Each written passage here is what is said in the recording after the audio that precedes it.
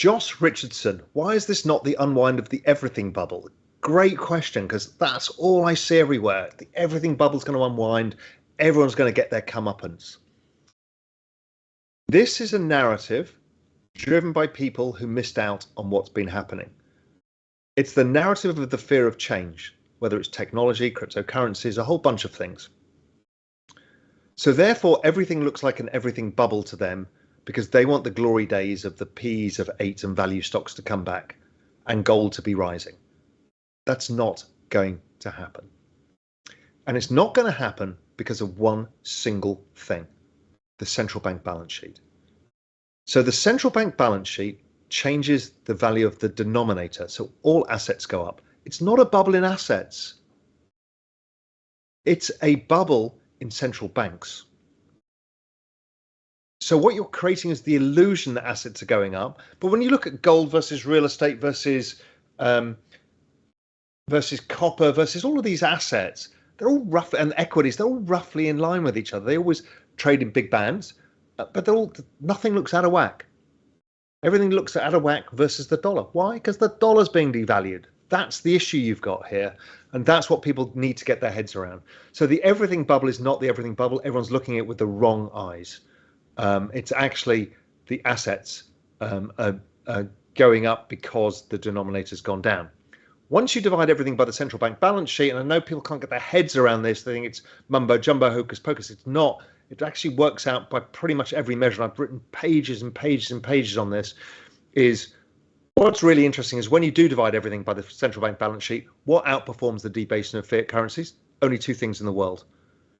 The two things are cryptocurrency, Bitcoin, Ethereum, and tech stocks, because they are both secular trends in technology. Nothing else outperforms the Fed balance sheet. So even real estate, pretty much sideways. So it does its job. You maintain wealth. You do not make wealth. Sure, real estate, you take leverage. It goes up. In line with the central bank balance sheet, you make money over time from the leverage, because also debasing the value of your debt is important.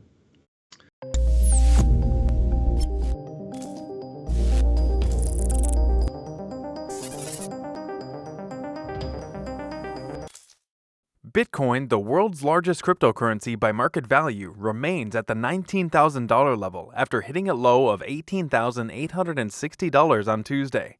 The cryptocurrency has been holding fairly resilient recently compared to the rest of the financial markets. The S&P 500 and Nasdaq declined Tuesday in a volatile session, with the Nasdaq falling into its second bear market of the year.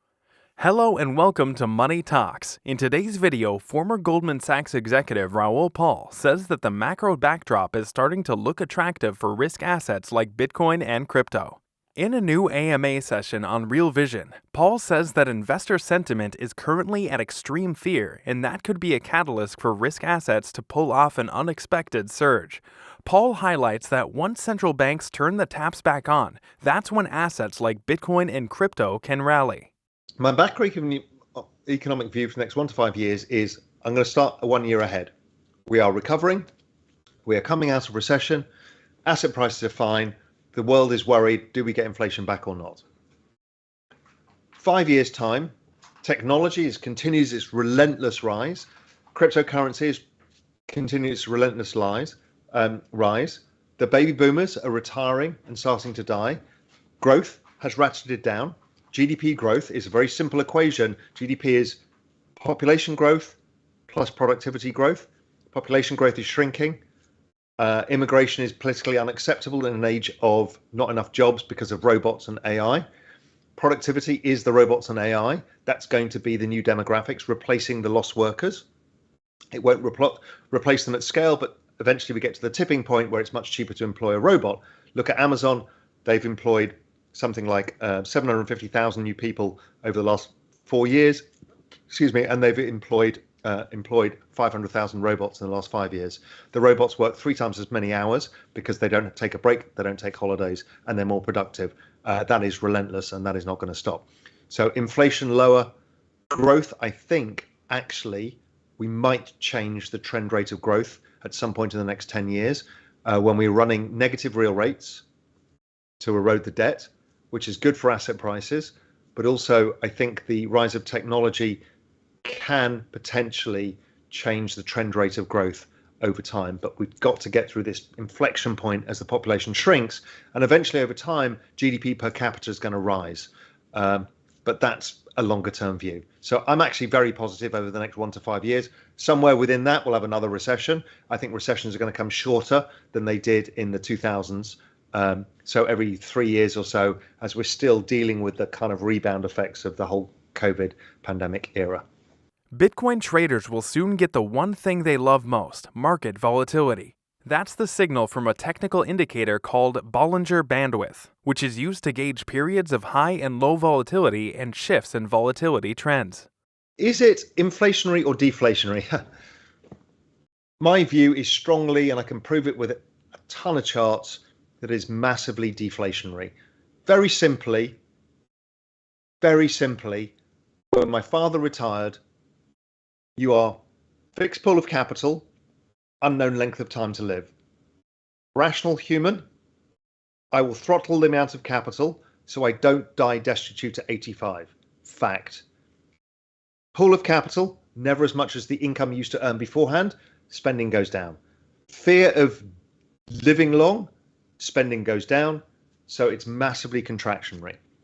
There is a school of thought that says, oh, well, it's inflationary because they spend all their capital. A, they don't. They pass it on to their kids. Their kids are so fucked they have to buy houses with that capital. It's not like they're going to go spend it on ski holidays. So I don't believe that story. I know that paper that's gone around. It's the only paper. It changed a few people's minds, including people like Kirill Sokolov. I don't believe it. I see no evidence of it anywhere in the world. Suddenly that paper came out saying, hey, it's all okay. It's going to be slightly inflationary to have a bunch of people dying. No, it's never, ever is. So I don't believe it. The bandwidth falls, indicating low volatility when standard deviation bands contract. On the flip side, the bandwidth rises, implying a pickup in volatility when the bands expand.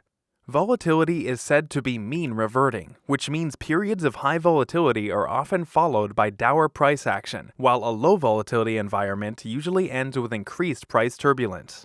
My thoughts on Dubai are massively positive. UAE, Saudi Arabia, massively positive. The hedge fund industry there, don't know, crypto industry there, extremely positive. XRP price position. Why does everyone ask for XRP? I have no bloody clue. As I said, I'm long, special situation, it's going to go higher. Since the end of June, the Bitcoin market has seen a volatility meltdown, with the bandwidth indicator falling from 0.76 to 0.08, the lowest since October 2020. Therefore, a big move in either direction appears overdue, more so as historically below 0.10 readings on the bandwidth have marked an explosion in price volatility. Bitcoin has been trading in the narrow range of 18,500 to 20,500 for nearly a month, CoinDesk data shows. According to some traders, it's probably too late to bet on a higher volatility because options or derivative contracts offering protection against rapid price moves in either direction have become expensive. According to Paul, the bond market is broken as sellers are currently overwhelming buyers, but the macro expert says that the setup could motivate the Federal Reserve to finally loosen its monetary policies. So, do you agree with Raoul Paul that we are recovering from a recession? Tell us in the comments. Also, don't forget to like and subscribe. See you soon with the next video. Thank you so much for watching.